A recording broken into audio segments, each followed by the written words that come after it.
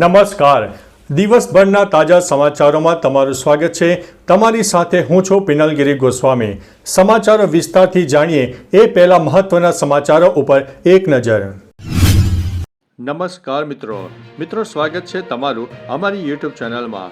મિત્રો, આજની વિડીયોમાં વાત કરીશું આજે તારીખ 31/1/2026ના મહત્વના સમાચાર, જેમાં ખેડૂત સમાચાર, ખેતી સમાચાર, આર્થિક અર્થતંત્રની વાતો કરીશું, ઉપરાંત ખેલ જગતની વાત અને ક્રાઇમ સમાચાર ખાસ કરીને આ વિડીયોમાં તમને મળી જવાના છે. મિત્રો, સૌપ્રથમ વાત કરીએ તો ખેડૂત સમાચારની. અત્યારે જ્યારે ટેકાના ભાવે ખરીદીની વાતો ચાલી રહી છે, ત્યારે ટેકાના ભાવે ઘઉંની ખરીદી થશે, જેમાં 2585 રૂપિયા પ્રતિ ક્વિન્ટલ ભાવ થઈ શકે છે અને 4 માસથી તે ખરીદી શરૂ થવાની છે. મિત્રો, 8મા પગાર પંચની વાત કરીએ તો 8મા પગાર પંચમાં ખાસ કરીને કેન્દ્ર સરકાર દ્વારા તૈયારીઓ તેજ કરવામાં આવી છે. 1 જાન્યુઆરી 2026થી આ જે નિયમ છે તેનો ડિફરન્સ મળવાનો છે અને તેના અમલની શક્યતા પણ દેખાઈ રહી છે. બીજી તરફ મિત્રો, ઇન્કમટેક્સની વાત કરીએ તો નવો ઇન્કમટેક્સ કાયદો હવે આવી રહ્યો છે. એપ્રિલ 2026થી તે અમલમાં આવશે અને 1961ના કાયદાનું તે સ્થાન લઈ શકે તેવી સંભાવના વ્યક્ત કરવામાં આવી છે. બીજી તરફ મિત્રો, ક્રિકેટની વાત કરીએ તો ગુજરાત જાયન્ટ્સની અત્યારે જીત જોવા મળી છે. WPL ચેમ્પિયનશિપમાં નોંધાયો છે. દિલ્હી કેપિટલ્સને તેણે હરાવી દીધું છે. મિત્રો, અન્ય મહત્વના સમાચારની વાત કરીએ તો ખેડૂત સમાચારની, જેમાં નીતિ અને આર્થિક લાભની ખાસ ચર્ચા આપણે વિડીયોમાં કરીશું. મિત્રો, મહત્વનું છે કે અત્યારે ટેકાના ભાવની વાત કરીએ તો 2585 રૂપિયા ટેકાનો ભાવ ચાલશે. ટેકાના ભાવે ઘઉંની ખરીદી શરૂ થશે. 4 માસથી ખરીદી શરૂ થશે. રજીસ્ટ્રેશન પણ થઈ જશે અને 1 ફેબ્રુઆરીથી તે લાગુ પડવાનું છે. બીજી તરફ મિત્રો, કિસાન સન્માન નિધિના જે હપ્તો છે તેમાં વધારાની શક્યતા અત્યારે દેખાઈ રહી છે. PM કિસાન સન્માન નિધિનો જે વધારો છે તે પણ થઈ શકે તેવી શક્યતા હાલ દેખાઈ રહી છે. બજેટ 2026માં 6000થી વધીને તે 9000 રૂપિયા થવાની શક્યતા દેખાઈ રહી છે. બીજી તરફ મિત્રો, સબસિડીની વાત કરીએ તો 80% સુધીની સબસિડી મળી શકે છે. યાંત્રિકરણ સબસિડી મળવાની સંભાવના છે. કિસાન એગ્રીકલ્ચર મશીન સબસિડી 2026 હેઠળ ટ્રેક્ટર અને હાર્વેસ્ટર ઉપર તે સબસિડી મળવાના શક્યતા છે.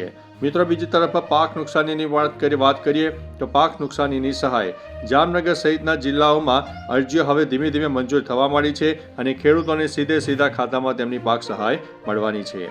હવે મિત્રો, ખેતી અને ગ્રામીણની ખાસ ચર્ચા આપણે કરીશું.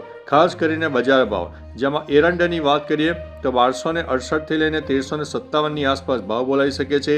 રાયડાની વાત કરીએ તો 1245ની આસપાસ તે ભાવ બોલાઈ શકે છે. બીજી તરફ મિત્રો, પાણીની વાત કરીએ તો કેનાલના પાણીનો વિરોધ વ્યક્ત કરવામાં આવ્યો છે. નસવાડી પંથકના 4 ગામોમાં કેનાલ હોવા છતાં પાણી ન મળતા ખેડૂતોએ પોતાનો વિરોધ નોંધાવ્યો છે. હવે મિત્રો, વાત કરીશું સજીવ ખેતી તાલીમની. ખાસ કરીને પ્રાકૃતિક ખેતી માટે રાજ્ય સરકાર દ્વારા તાલીમ શિબિરનું આયોજન કરવામાં આવતું હોય છે. સજીવ ખેતી તાલીમની વાત કરીએ તો પ્રાકૃતિક ખેતી માટે રાજ્ય સરકાર દ્વારા તાલીમ શિબિરનું આયોજન. બીજી તરફ ખાતર આયાત નીતિની વાત કરીએ તો આગામી સિઝન માટે સરકારની નવી આયાત નીતિ પણ તે વિચારી રહી છે. હવે મિત્રો, રાજ્ય અને રાજકીય ગતિવિધિઓ પર નજર નાખીએ તો સ્થાનિક ચૂંટણી. સરકારી મંડળીઓમાં ચૂંટણી 6 મહિના માટે પાછી ઠેલી દેવામાં આવી છે. CM હવે શાસનની મુલાકાતે છે. CM ભૂપેન્દ્રભાઈ પટેલે વેપારીઓ અને પ્રવાસીઓની સમસ્યાઓ સાંભળી છે. બીજી તરફ વાયરલ કોર્પોરેટરનો પત્ર. રાજકોટમાં ડિમોલિશનના વિરોધમાં ભાજપ કોર્પોરેટરનો પત્ર સોશિયલ મીડિયામાં વાયરલ થયો છે. ત્યારે બીજી તરફ મહારાષ્ટ્રમાં ફેરફાર થવાની સંભાવના છે.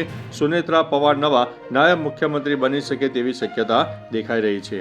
હવે મિત્રો, વાત કરીશું સંસદ અને રણનીતિની. ખાસ કરીને બજેટ સત્રની. બજેટ સત્રમાં રિફોર્મ એક્સપ્રેસનું અત્યારે એક કહી શકાય કે કાયદો લાવી શકે છે. વડાપ્રધાન મોદીએ ભારતને વિશ્વ માટે આશાનું કિરણ ગણાવ્યું છે.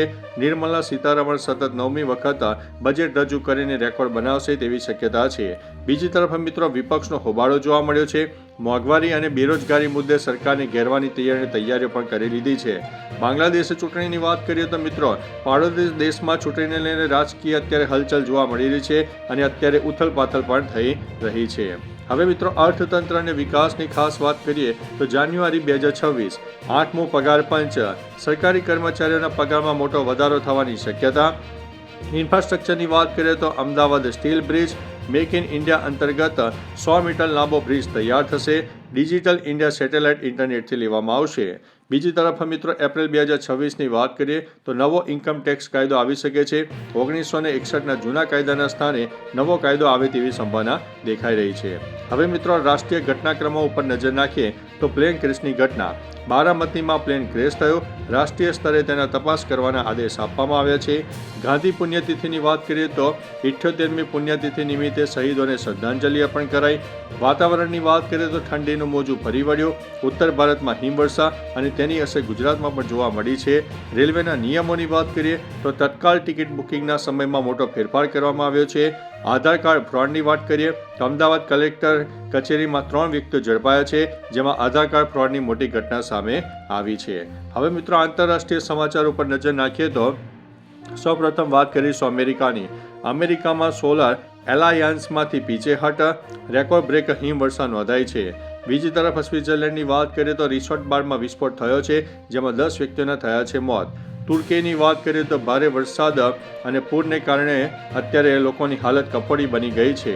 હવે વાત કરીએ તો EU ઇન્ડિયા FTA મુક્ત વેપાર કરારમાં આત્મનિર્ભર ભારત માટે મહત્વનું એક પગલું માનવામાં આવે છે. ગ્લોબલ વોર્મિંગની વાત કરીએ તો યુએનના રિપોર્ટ અનુસાર 2026 તાપમાનના રેકોર્ડ હવે ધીમે ધીમે તૂટી રહ્યા છે.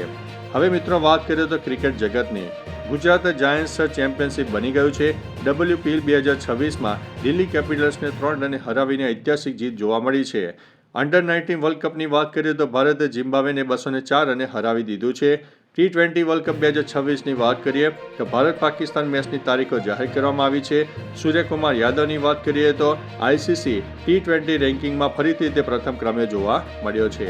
હવે મિત્રો અન્ય ખેલ સમાચારની વાત કરીએ તો IPL ઓક્શનની 1307 અનસોલ્ડ ખેલાડીઓ માટે ફરીથી બોલી લાગશે. હેરી બ્રુક રેકોર્ડ તોડશે. શ્રીલંકા સામે 57 બોલમાં સદી. બેન સ્ટોકની વાત કરીએ તો પાકિસ્તાન સિરીઝમાં પ્લેઇંગ કોચ તરીકે નવી ભૂમિકા ભજવશે. ઓસ્ટ્રેલિયન ઓપનની વાત કરીએ તો ભારતીય જોડી ક્વાર્ટર ફાઇનલમાં જોવા મળી છે. હવે મિત્રો ક્રાઇમ રિપોર્ટની વાત કરીએ તો જેમાં તપાસ અને ધરપકડ આપણને જોવા મળી છે. અમદાવાદમાં ચોરી ઉકેલાઈ છે. સેટેલાઇટ વિસ્તારમાં 1.47 કરોડની ચોરીનો ભેદ ઉકેલાયો છે, જેમાં 2 રીઢા તસ્કરોની ધરપકડ કરવામાં આવી છે. સોનાની દાણ ચોરીની વાત કરીએ તો મુંબઈ એરપોર્ટ ઉપર 5 કરોડનું બિનવારસી સોનું જપ્ત કરવામાં આવ્યું છે. ડાંગ કેસની વાત કરીએ તો આશ્રમ શાળાની ઘટના. સંસદ દ્વારા કડક કાર્યવાહીની માંગણી કરવામાં આવી છે. બનાસકાંઠા હત્યા કેસની વાત કરીએ તો કૌટુંબિક ઝઘડામાં હત્યા કરવામાં આવી છે. 3 શખ્સોની ધરપકડ કરવામાં આવી છે. હવે મિત્રો સાવધાન થઈ જાઓ, જનહિતમાં આ સમાચાર તમારા માટે. સાવધાન, ડિજિટલ ધરપકડ, ઓનલાઈન છેતરપિંડી અથવા તો અફવાઓથી સાવધાન રહો. કોઈ પોલીસ તમને વિડીયો કોલ ઉપર ધરપકડ ન કરી શકે, એટલે ખાસ ધ્યાન રાખજો. ડ્રગ્સની વાત કરીએ તો સુરતમાં લાખોનું ડ્રગ્સ અંતે ઝડપાઈ ગયું છે અને તેના માટે ચક્રો ગતિમાન કરી દેવામાં આવ્યા છે. નકલી માર્કશીટની વાત કરીએ તો નકલી માર્કશીટ બનાવતી ગેંગનો પર્દાફાશ કરવામાં આવ્યો છે. દારૂબંધીની વાત કરીએ તો દરોડા પાડવામાં આવ્યા છે. સ્ટેટ મોનિટરિંગ સેલ હવે એક્ટિવ થઈ ગયું છે અને દરોડાની કાર્યવાહી હાથ ધરવામાં આવી છે. હવે મિત્રો આગામી મહત્વની તારીખોની વાત કરીએ તો આગામી સમયમાં તમને એક મોટા સમાચાર મળી શકે છે. ફેબ્રુઆરી 1 ઘઉંનું રજીસ્ટ્રેશન શરૂ થશે. માર્ચની 4મી તારીખે ઘઉં ખરીદી શરૂ થશે. એપ્રિલની 1 તારીખે નવો ઇન્કમટેક્સ કાયદો આવી શકે છે અને બજેટ સત્ર પણ અત્યારે ધીમે ધીમે જોવા મળશે. એટલે મિત્રો સૌથી મોટા સમાચાર અગત્યના હતા. તો અંતે મિત્રો જાગૃત રહો, સુરક્ષિત રહો અને આવા ને આવા સમાચાર માટે આપણી ચેનલને સબસ્ક્રાઇબ કરતા રહો. તો ચાલો મિત્રો ફરીથી દેશ અને દુનિયાના સુપરફાસ્ટ સમાચાર લઈને મળતા રહીશું. ત્યાં સુધી અમને રજા આપશો. નમસ્તે.